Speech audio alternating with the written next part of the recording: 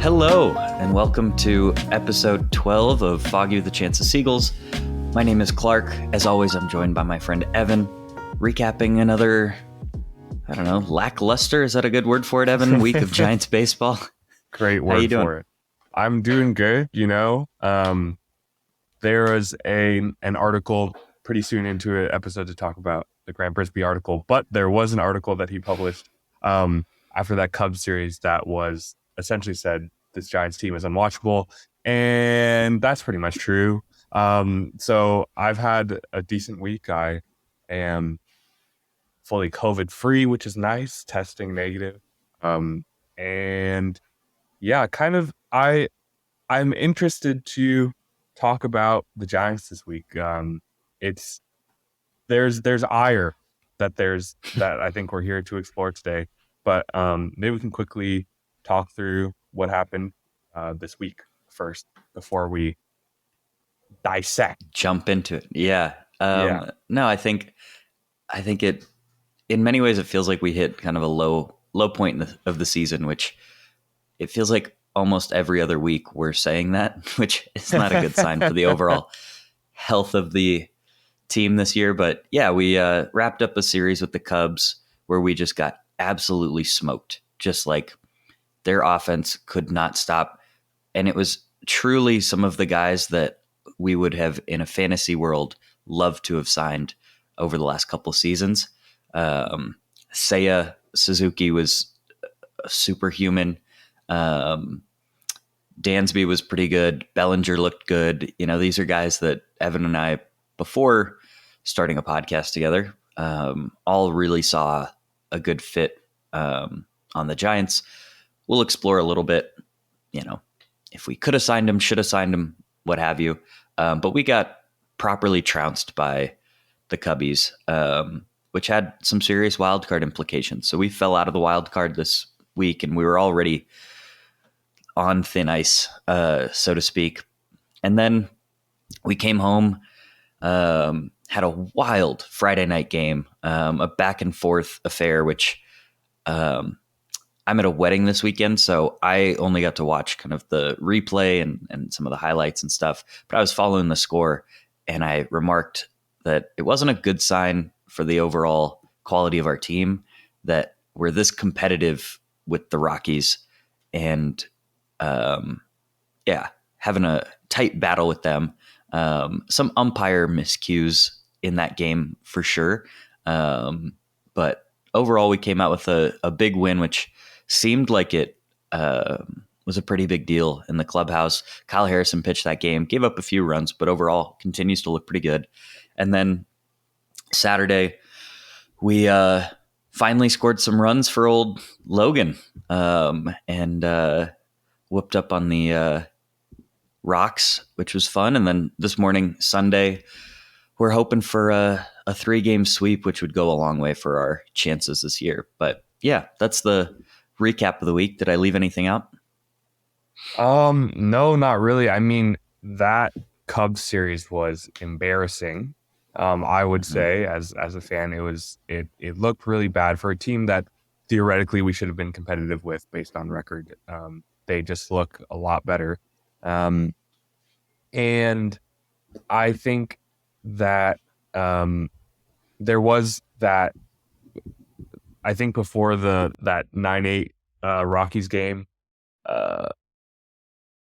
Farhan had talked to the players or something for a little pump up moment, was like basically like trying to get them to buy in, to be like, raise your hand if you think that, I don't know what the question was exactly, but raise your hand if you think that we can make the postseason this year. And people bought it at least a little bit, but I think, this team it feels like we're running out of gas and we've had to put like diesel in the car or something. Do you know what I mean? Like, it's like we're leaking oil, and I think where a few weeks ago I maybe got a little bit excited about Tyro giving a speech to the team, it's just like, I don't know, there's not much that can be done now. And honestly, like I don't mean this in a pessimistic way, but a series against the Rockies really kind of means nothing ultimately. Like it does mathematically.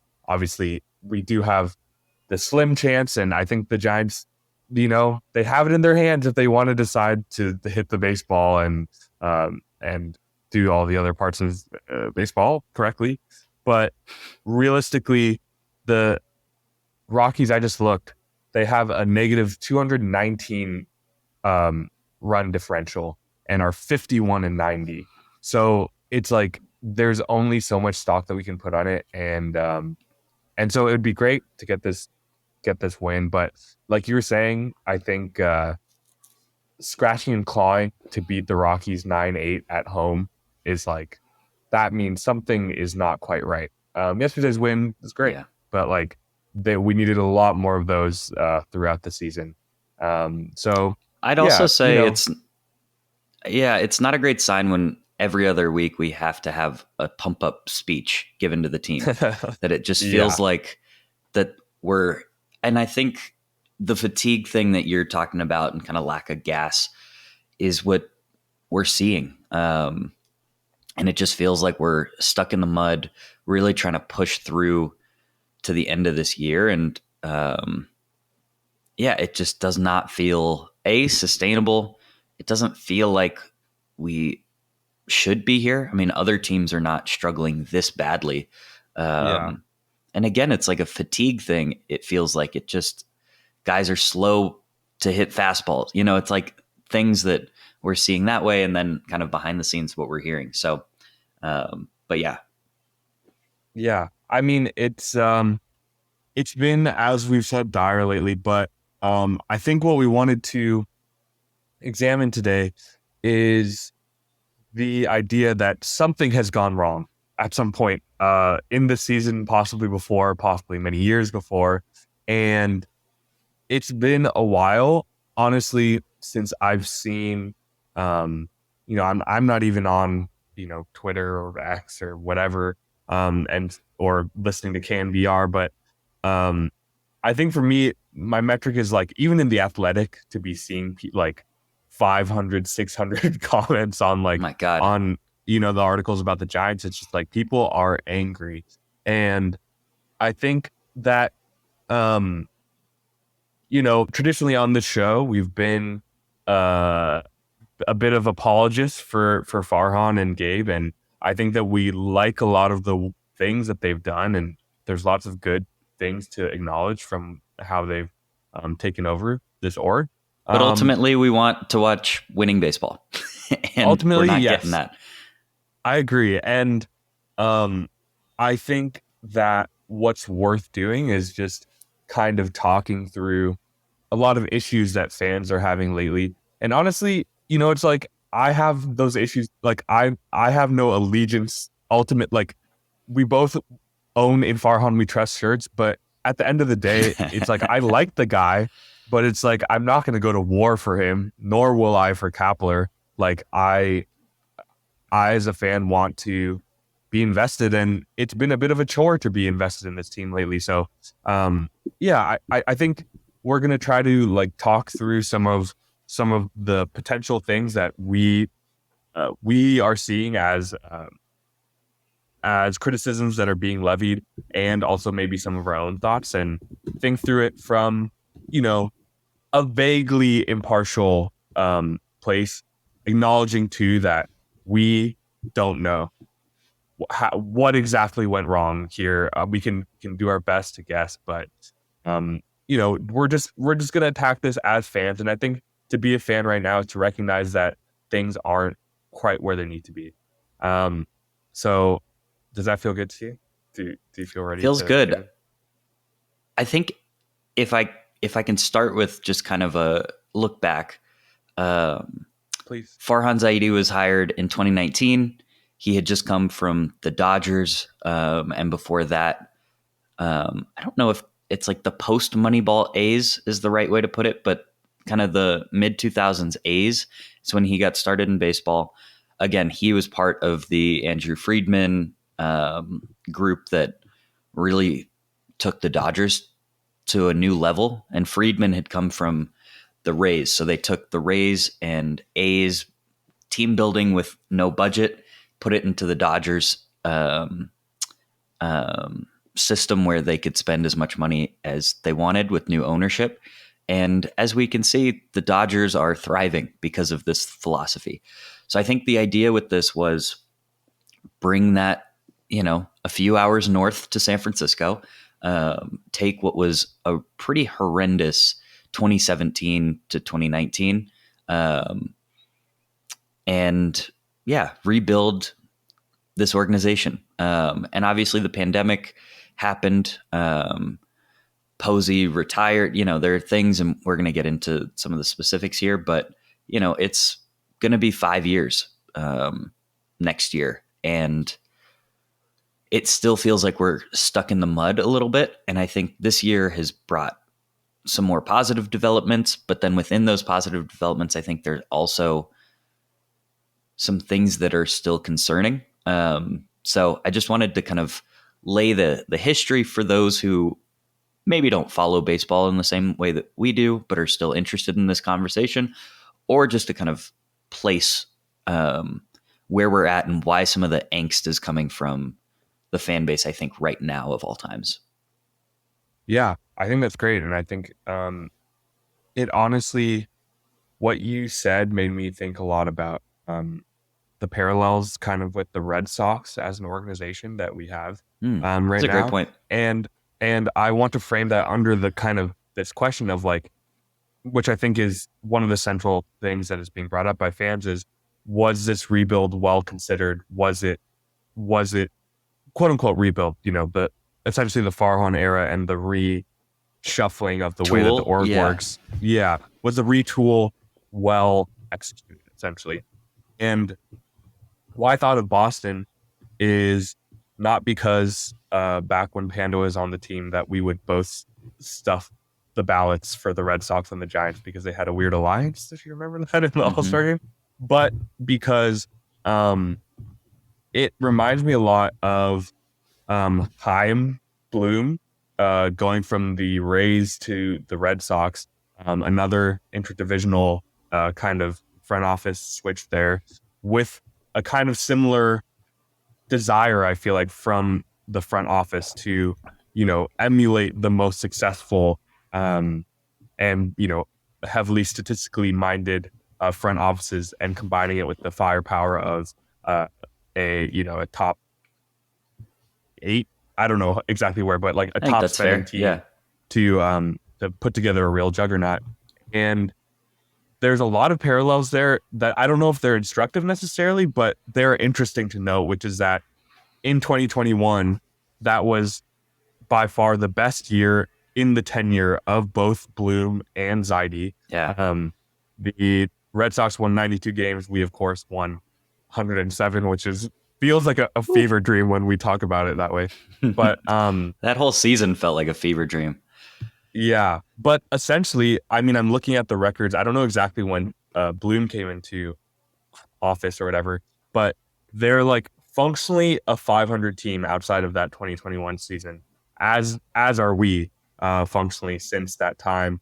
And there, when you look at this retool, part of it that has to be acknowledged is that the ownership gave a lot of latitude to Farhan to do what he needed to do, but there was constraints there. He comes in and it's Bochy's last year, and it's kind of these last vestiges of this championship era that are kind of slowly going away. They seem and to kind give of him a lot of, if I can interrupt real quick, please. And kind of the failed experiment of like trading for veterans and signing guys. I feel like Evan Longoria is kind of a poster child for this. So I just wanted to interject with that real quick, but keep going with your point. No, totally. Yeah. I mean, it's kind of the Bobby Evans era or whatever of Giants baseball. And, again, he had the freedom to do what he wanted to do, yet there was, I feel like, always the mandate from the ownership that they're like not going to do a full rebuild. And Right. It was always going to be a retool. They want a competitive product on the field. And I think they were also coming into a situation where where there's a lot of emotional ties to some of the players on the field. And ultimately, starting from then, some of the initial criticisms of Farhan is, you know, holding on to Bumgarner and Smith and only getting compensation draft picks for them. But ultimately, I don't know. Those things kind of like they handled that as best as they could, but that was kind of like, we'll give that a moot point, whatever. But then, and I don't think that they necessarily deserve like grace for this, but like 2020 was a weird year for baseball overall, and trying to organizationally deal with stuff, and the draft being cut, you know, small, and the season being small or whatever. But that's when that was Kapler's first year, right? Was 2020. Yeah. And that is kind of, I think, the period that we can really evaluate starting from 2020 forward. And I think I think that there's fair criticisms of the result to this point, because even though we can really, I think that there's constraints in 2019, that's when it started, and it's been 5 years of this process. And for me, there's like on the pro side for what has gone well, I think, or in a way that you evaluate it, I think I've seen fans um, compare our rebuild to somebody like the Cubs, which is inevitable too, because we're just playing them. And it's different. Like, it just is different. Like, I think when you're able to like clean house and trade everybody and do a full rebuild thing, I've seen comparisons to the Orioles too. The Mm-hmm. Orioles have sucked for years. Yeah. And I just don't see, if Giants fans are this mad at a 500 team right now, then like how mad would we have been for years watching just Years. a crappy product Yeah. on the field? And, that kind of brings back this existential question of, would you rather see an 82 win team, or would you rather or would you rather just accept the suck and then go for, dream bigger afterwards? And that's kind of the question too. And I mean, it's one that I don't think anybody can answer easily necessarily. But anyway, that's just where I Well, wanted to I'd start it. say Yeah. if you embrace the suck, we don't get 2021, Yeah. And it's like, even though, as we mentioned, it was kind of a fever dream, and it feels like an outlier now as we kind of look back on this tenure, that was still an incredible season. And we are a couple plays away from beating the Dodgers in a playoff series. And that those produce some real, I don't know, peak moments from a fan perspective for me. It's the last time we ever got to see Buster really produce at that level that, he became a, in my opinion, future Hall of Famer for producing at. And so, but I think there is, a shift a little bit with Posey's retirement. Not that he was, going into 2019, 2020, and didn't even play in 2020, Posey wasn't necessarily the Posey from the early 2010s. But he was still that foundational piece. He was still that like clubhouse leader. And it does feel like we're a little directionless without him, and trying to figure out who our star is. And I think this gets to a point that I think fans are really upset with. And I think there are multiple kind of facets to this, but we don't have a marketable star right now who, if ESPN is, we have, actually tonight is Sunday Night Baseball on ESPN. Like, who on the Giants are they marketing? Is it Wilmer Flores? Because, he's played like one, but like, does the rest of baseball understand him to be this great player? And he's having a great season. I think he's still a really nice like depth piece, and like, he's a starter, but like, we didn't go into the season, and I don't think we're going to go into next season being like, well, we have Wilmer Flores who is going to hit 30 home runs and drive in X number of, and so, and that wasn't the kind of guy that Posey was either, but he delivered from a defensive perspective. from a clubhouse perspective. And I think after Crawford's, borderline MVP year in 2021, we thought that he might take that mantle. And I think this team, in a lot of ways, is in his kind of leadership and kind of image, so to speak. And I think that might be part of the problem ultimately, as a 36-year-old, defense first shortstop, Yeah. who's having pretty rough injury riddled season this year.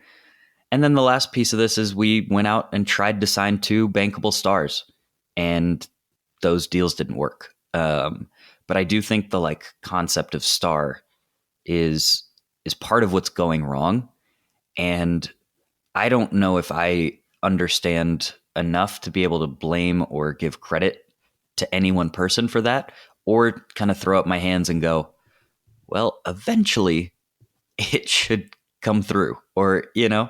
um, Yeah. Well, I think there's a couple of things to examine there.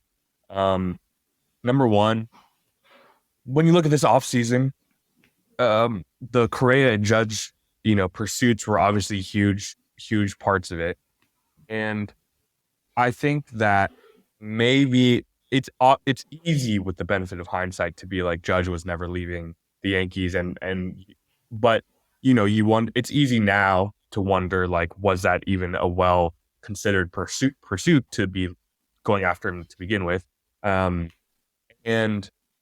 um and I don't regret it necessarily. I mean, like, he would have been great on this team, and and I think that we've talked about him before. Like, even though he's missed most of the season, he still has 3-4 WAR or something. Like, he just, when he's on the field, you rely on him.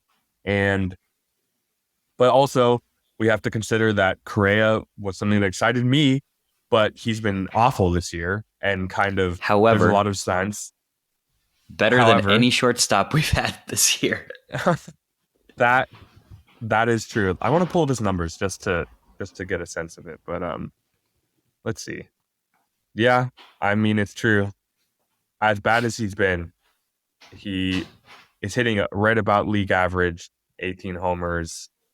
Yeah, I mean, But we wouldn't anyway, have known in a hypothetical, if he does sign and he puts up these numbers with us, we would not have known that it would have been worse without him. And I think the fan base would have been just as angry, if not more angry, with a player who got paid all this money to not perform at a star level. Yeah, well, I think that leads to, there's two threads I want to examine. One being, I think the way that this organization has dealt with our legacy players, Crawford, Belt, and Posey is who I'm considering, and I guess you could throw Bumgarner in there too. But I think that the way that we've,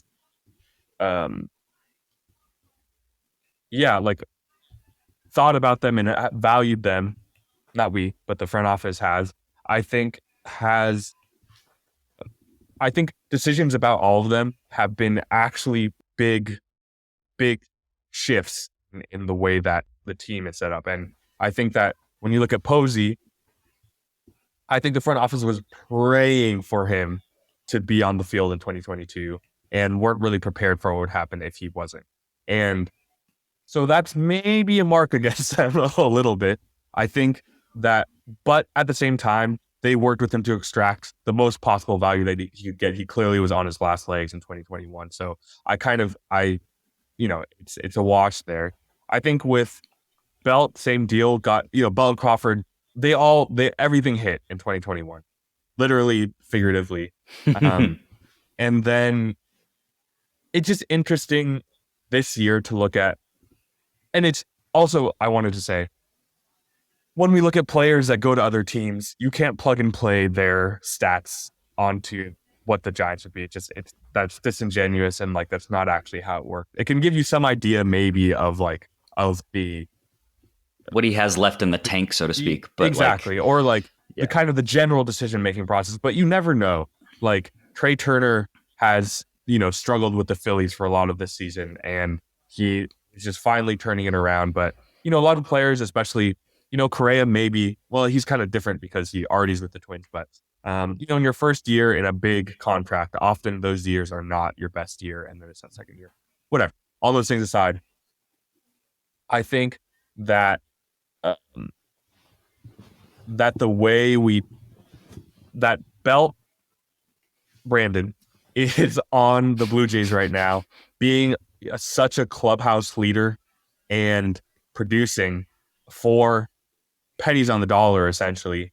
And we're paying, what is it, 19 million to Jock Peterson to give back the value that he gives us by putting him in left field because our roster construction isn't great. Doesn't feel awesome.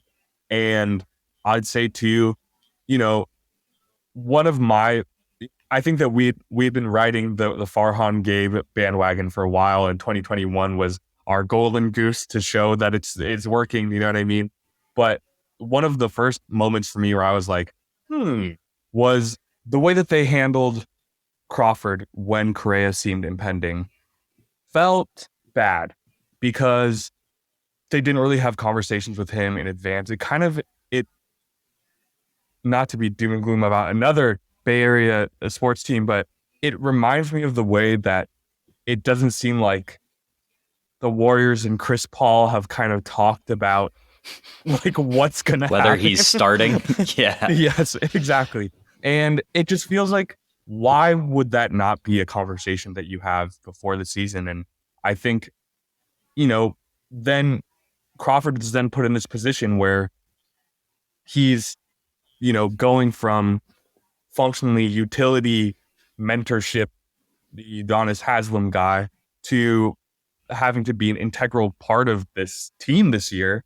And it just doesn't feel like setting him up for success. And I think that the front office didn't really allow for the fact that, I don't know, that something might go wrong with Correa, which maybe they're not in the wrong for, but I think that the way that they didn't really discuss that said something. And so I don't know.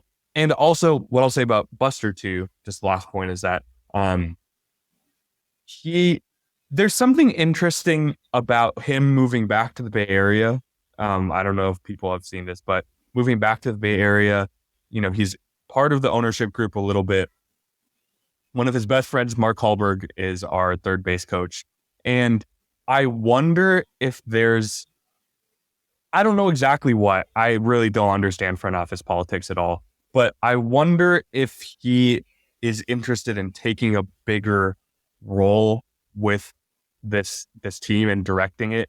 Because I think you're right. They really missed him and didn't really know how to replace him.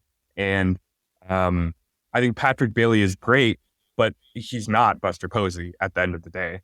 And I think that that's not a replaceable voice. So I wonder if they feel like he's one of those guys that they have to have around, or maybe he is seeing the direction that things have gone and has decided that he needs to step in some way. So anyway, or maybe they just spent a little bit of time in Georgia and went, oh yeah, the Bay Area is pretty great.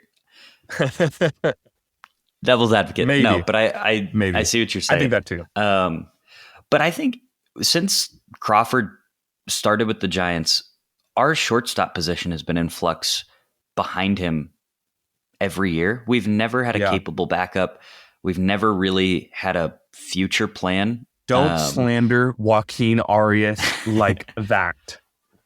I would never. JK. I would never slander such a beautiful Kobe Bryant looking man. But I think the Correa intention was for him to take that mantle from Crawford, like you were saying, and it failed, and we didn't really have a plan B. And we're seeing that play out since August, where, we went after Paul DeJong at the trade deadline, but we didn't want to give up what the Blue Jays gave up. He was horrible for them, got released. We picked him up. And so it was kind of this Farhan's playing 4D chess. I feel like you and I made some of those jokes. We got the guy we wanted, didn't have to pay anything or didn't have to give up a prospect or anything. And aside from one phenomenal game in Philadelphia, DeJong's been kind of like Crawford. Good glove, will work a good count, but isn't really producing much at the plate. And it, I think, comes back to some injury stuff that has affected, I think, the development of some of our quote unquote more bankable stars on our team.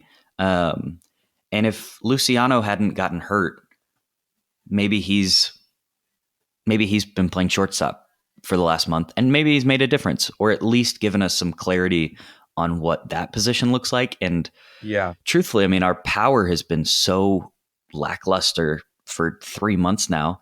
That's one of the things that he has in abundance that few other Giants prospects have. So I think it's a real shame, and that's nothing that Kapler and Farhan can control, except for the fact that he was up for like 5 games and then they sent him back down.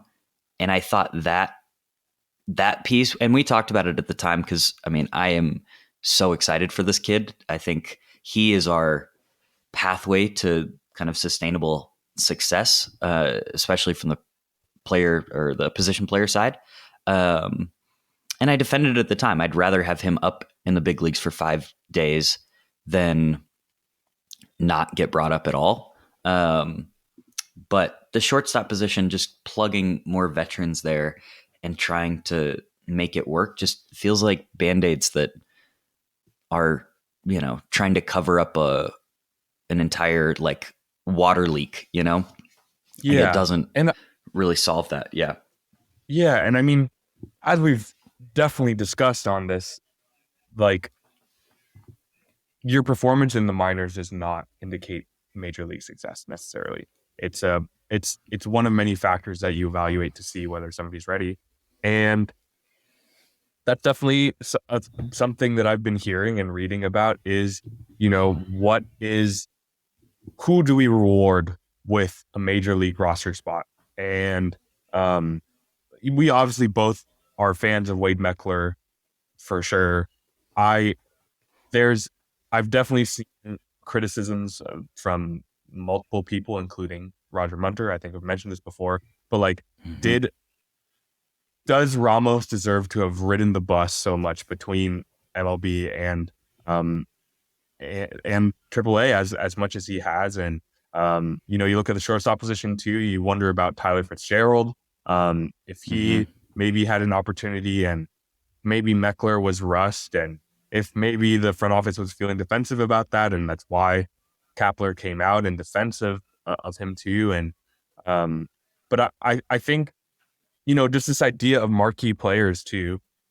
And also I agree that I think the injury of Luciano was a big deal. I think also Harrison, his injury is a little bit underrated in the sense of things felt different at the trade deadline. It was like, okay, this is a nice time to breathe, and we can kind of come from the break and come back and replenish and bring in some other people. They were talking about the front office was doing. But I think if Harrison comes in a little earlier in the year, and obviously the results have been mixed for sure, I understand that, but I think he stabilizes the rotation a little bit, which has domino effects on the bullpen, which has domino effects on everything, because I don't know. So I want to acknowledge that too. But with marquee players, and I think this has been such a big discussion for the Giants in the last however many years, is like, when are we going to get a star player that you can put on the poster and do all this stuff? And I don't think that it's not just a marketing thing. Think about the Dodgers this year, who are at, the Death Star is fully operational again for them.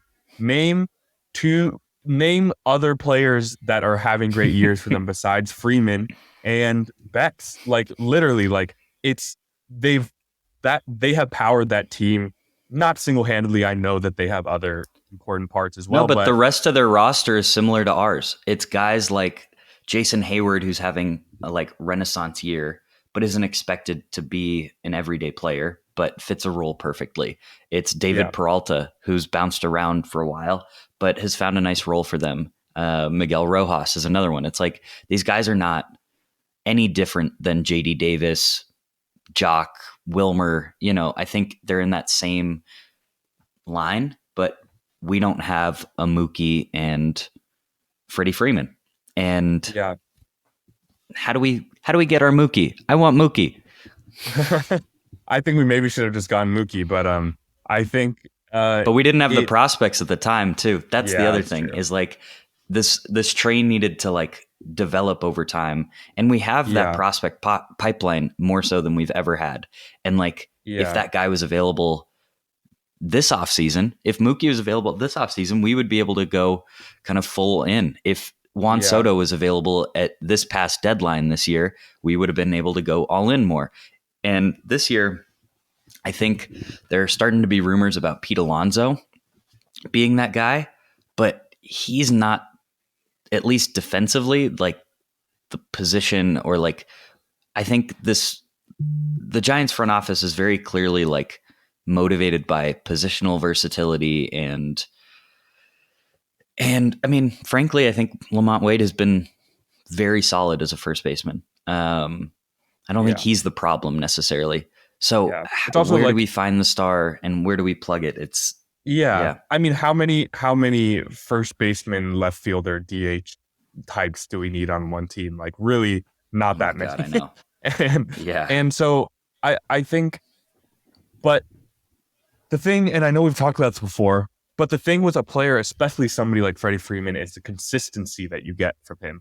Is Mm-hmm. that even, and I'm sure he has his little down moments here and there throughout the season. The season is long, but I think what you're saying is like that the roster construction is not so different to the Giants, especially right now. I think when the team had Seager and Turner and was constructed in this way, it's a little bit different. Like that's like unattainable for us.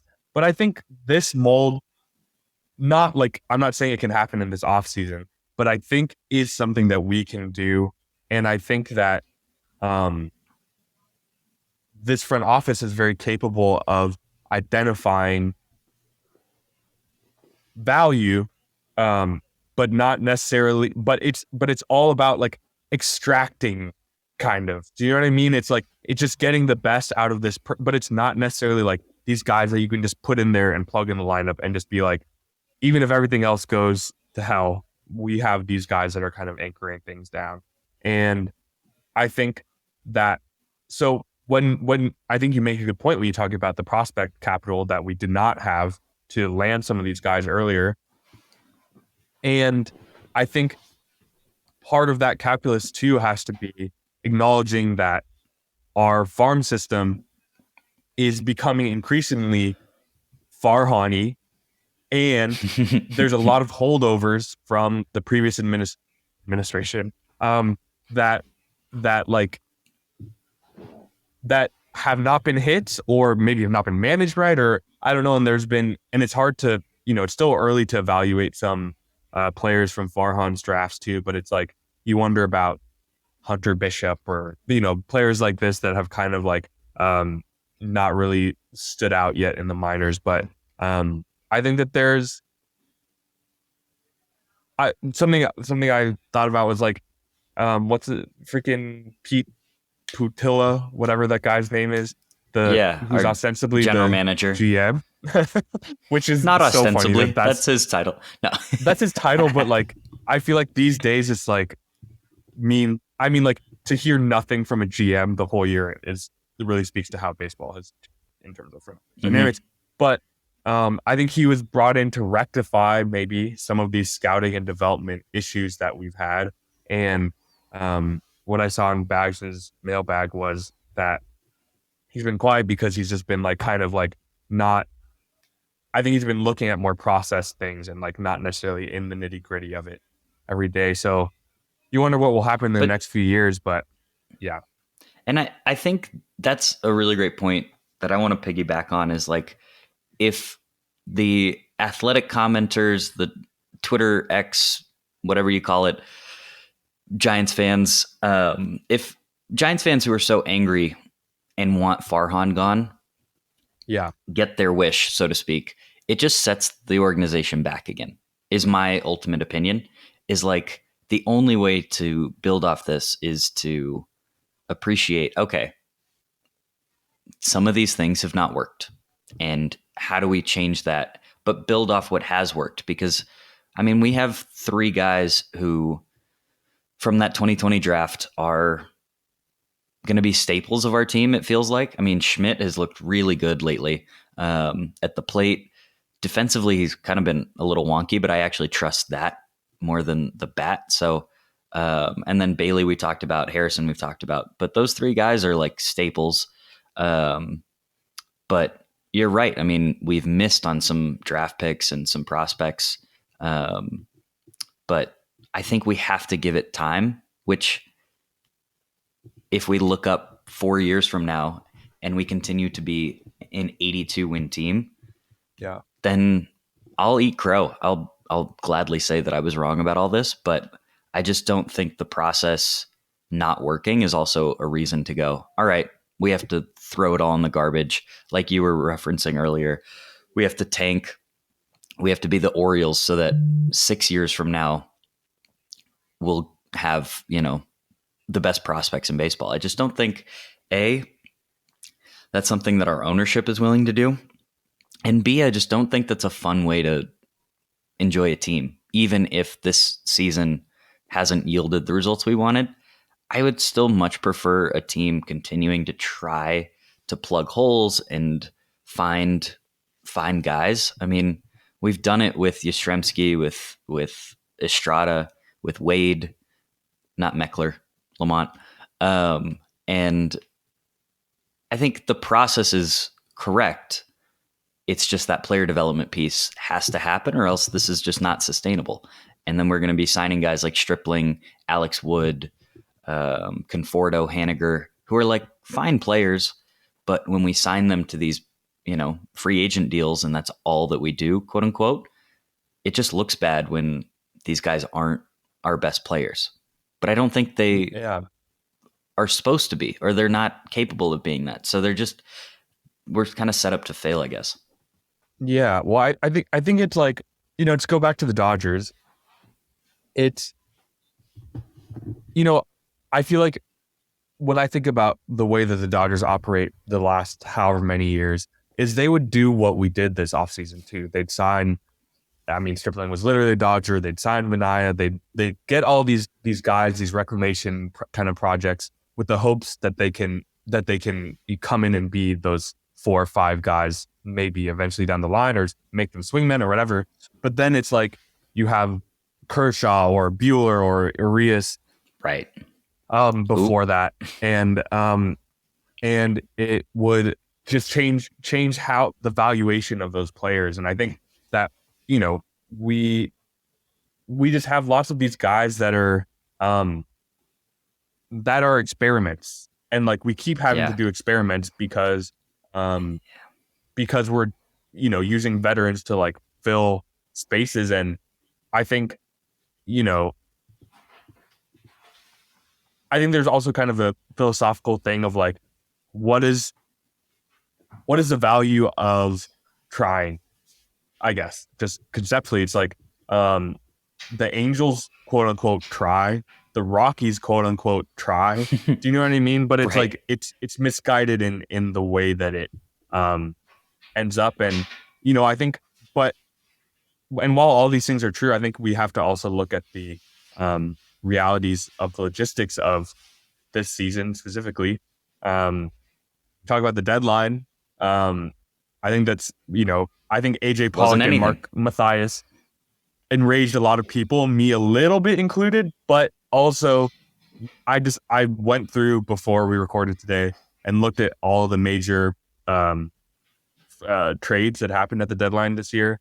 And of the guys that are giving really any value, it's Jordan Montgomery, Jake Berger, and Mark Canha. Do you know what I mean? Like, these are not guys that like move the needle in a major way. I do want to acknowledge at the same time that sometimes deadlines, I think, it's a real time of messaging from the front office to the players on the field.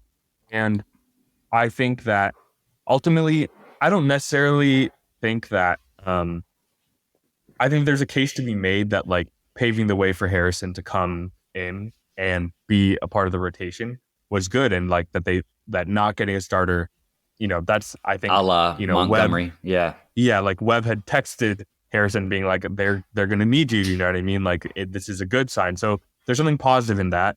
Could we have used another starter still? I don't know. Maybe. I think probably.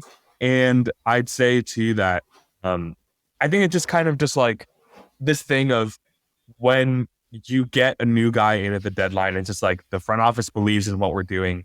I think it's a different thing. And AJ Pollock was never that guy. And so I think that you Right. lose out on that aspect of things a little bit. Like he's another one of these reclamation project type Mm-hmm. people who like, um, so I think that there's something to that as well, potentially. But it's hard to Yeah. really re-legislate it. And then, looking forward to is what happens this offseason. The position player list is thin. You mentioned Alonso, obviously. Otani's there, but like, are those guys realistically like the thing that's going to move the needle for us in this certain way? And It's I the don't know. And youth. so, yeah, and it's It's the the youth. youth. I do want to say about the youth too. It's I would love nothing more than to see Matos, Harrison, Bailey in Giants uniforms for a long time. And I also think that that is not guaranteed too. Right. I want to go out there and say, like, I think Bailey seems like he has the stickiest skills year to year that are really going to translate, but Schmidt might work. Matos might work. Luciano still, as much as we think that it might work, it might work. You know what I mean? And like, I think that that's always going to be the case with these guys. And Well, and I want with to this take org, that point. Yeah, that's the yeah, fallacy of all of this is no one knows anything. Commenters on the true. Athletic can be our callers. No one knows anything. Everyone is like, "Oh, they failed at this, they failed at that." And it's like we only know that because it didn't work. But I think I still hold true that like the process to these things is validated even with results being mixed. And I think mixed is way better than 70 win team every year. I mean, at least Farhan has demonstrated the ability to get us to like a 500 club every year.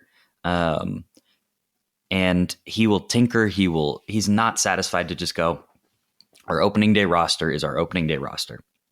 And I think that aspect has enraged folks because you go, all right, well, whose jersey am I going to buy? Who's the guy on the team that I'm, excited to go to the ballpark to see?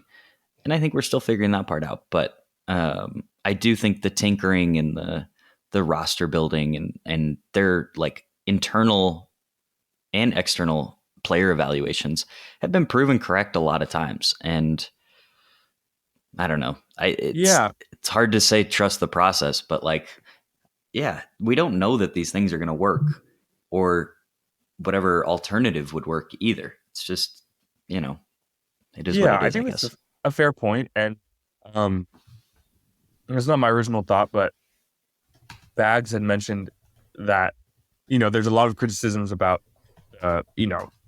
these guys are too statistically analytically driven or whatever, and I think that there's two sides of that. One of them is that probably this year we don't win as many. We are not like even in the wild card consideration if we aren't as proactively managed as we have been, and really trying to extract as much value as possible to like try to eke out every win. And on the flip side of that, I think is I think there's questions about buy-in of the team into different strategies. I think that in 2021 you saw buy-in across the board, but when you have I don't know, when you have Belt and Crawford and Posey hitting and Darren Ruff is mashing and like when players are playing well, buy-in Winning cures is part all. of it. Yeah. Yeah, exactly. And I think that as the wheels have come off this year, I think you see some discontent within the team of the way that things are done on some level. Um, and I think that is, you know, you don't have to listen to Gabe Kapler talk for long to understand that he is not a normal person. He is his own brand of thing. Do you know what I mean? Is he is like kind of like as human as C-3PO is, kind of like he has many human-like qualities, but he ultimately is going to do what he thinks is best at the end of the day. And I think that he has made huge improvements as a manager, and there's also certain decisions that come up where it's like, was this worth it? You know, this idea of scraping at the margins, not scraping, but like trying to collect value at the margins. I think maybe sometimes feels like it's scraping at the margins to like just extract and, optimize. But I think it's kind of like this idea of when you're optimizing and kind of like doing that type of stuff works better. And this kind of goes across many of the themes that we discussed today, but it works better when things are already working.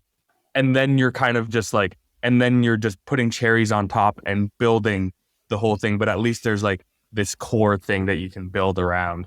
And, I think there was why fans feel this way right now is because they've gone through the roster churn. They've gone through, just lots of mediocre baseball. And I think that I maybe agree that like 500 baseball is not interesting. And just because MLB says that there's another postseason spot doesn't necessarily mean that like we are anywhere close to like, I don't know. I feel like in our division right now, even though the record is worse, I put the Padres, D-backs, Dodgers all ahead of us in terms of where they are. And yeah, anyway, I think that we have a lot of open-ended questions that we asked today. We're not qualified to solve or answer. So yeah, obviously. I think as always, like we try to do, I feel like when looking at it, I feel like we are not members of the San Francisco Giants. We are not members of the front office. We are not on the field. We do not have a crystal ball. And I think that some fans operate thinking that one or all of those things are true for them. And it's just not. You just don't know. We don't know better.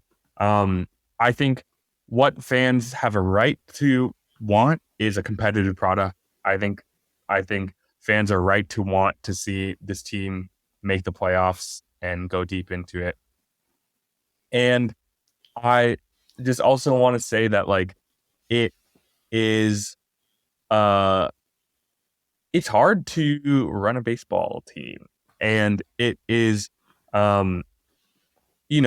the Yankees have Aaron Judge. Are they doing much better than us right now? I don't. They have their doing own a issues, lot worse. I mean, yeah, frankly, like, worse. Yeah.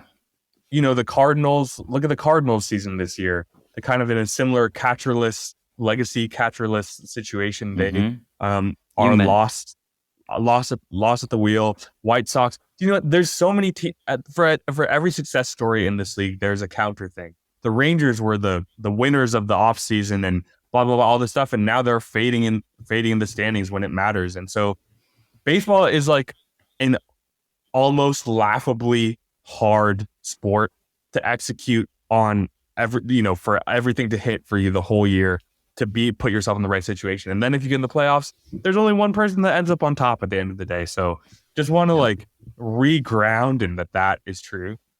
And that there's, I think, positive things to take away from this season. And I don't think that it really is enjoyable to be thinking about things in the doom and gloom way moving forward. I think that for me personally, last thing I want to share is like, I think I want to see this process work. I feel like Farhan has the option for 2024. I think that's what he gets. And then after that, I'm not sure. I don't think fans will accept another year of this, nor will a front office of like these type of results. So I do think next year ends up being a show me year for Farhan and Cap both. Ultimately is where I would guess. And I think that feels fair. I think they've earned it. And I think fans have also earned a right to be like, when are we going to see a result? So I don't think it's worth giving up, but I think something's got to happen, I think, next year. And so they better be going through the depth list and trying to find that next Yastrzemski or something, because I think that's the only way that we can get, where we need to go next year. Well said. Well, we've gone a little bit longer than we intended today, but there are a lot of parts to this. So, but I'm happy with this discussion. If any of you listening have any other thoughts, hit us up on, I think mostly we're using Instagram these days. But text us, tweet us, X us, whatever. Text us. I'm at 415. No, we also do have a Twitter X thing, at Foggy Seagull, that Clark uses occasionally. So feel free to communicate with us there. Let us know. I mean, like, let's share in this anger, but let's also share in hope and joy at the same time. I think that's the idea. And you know what? They're not dead yet. The Giants aren't dead yet. So let's hope we can sweep the Guardians as well and hold on for one more week. Let's see. Anyway, thank you for joining us. We will see you next week for another episode of Foggy with a Chance of Seagulls. Caw-caw. Later.